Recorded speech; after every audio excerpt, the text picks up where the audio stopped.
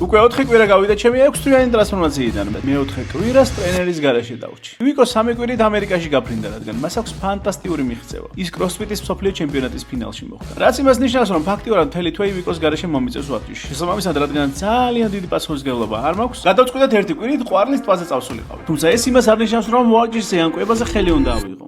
ძალიან არ უნდა ავიღო. ამიტომ სპეციალურად შევარჩიე ადგილი, სადაც გარემო შემიწყობდა ხელს, რომ ფიზიკური აქტივობა შემენარჩუნებინა. ტრენერის garaში ყოფნა არც ისე მარტივი ყოფილა, როგორც მეგონა. მიუხედავად იმისა, რომ ველოსიპედით დავდივარ, ბევრს ვსეირნობ და პადელსაც ვთამაშობ, მარტო ტრენაჟერებზე ვარჯიში დიდად არ მომწონს. რადგან იმაზე ფიქში გამდის დრო რა ვივარჯიშო. ამიტომაც ვიკო ყოველდღე ვარჯიშის გრაფიკს მიწევს ხოლმე, რომ ეს პროცესი გამემართიოს. ვარჯიშისგან განსხვავებით გარემო კვების მხრივ დიდად ხელს ვერ მიწყობს, რადგან აქ ისეთი კერძები იყლება სუფრაზე, ჩემნაირი მსუნაგი ადამიანისთვის რთულია უარის თქმა. მაგრამ ნახე, ყურსავჭო, ფრისავჭო, ხათმის ფილე. თუმცა ჩემი ნუტრიციოლოგი მუდმივად მწერს და მეხმარება ავარჩიო კერძები, რომელიც ჩემ კალორიულ ლიმიტებში შდება და შედარებით ჯანსაღია. ცოტა ხანში შუადღისიან გადმოგირებ. თანაც ხანდახან შემიძლია ბოლომდე გავილავო. მაგალითად, თუ დილით სუბუქად შევჭავ საუზმეს, საღამოს შევძლებ რომ გემრიელად შევჭამო 10 ხინკალი. მე 9 ხინკალზე ვარ, ერთი დამჭა.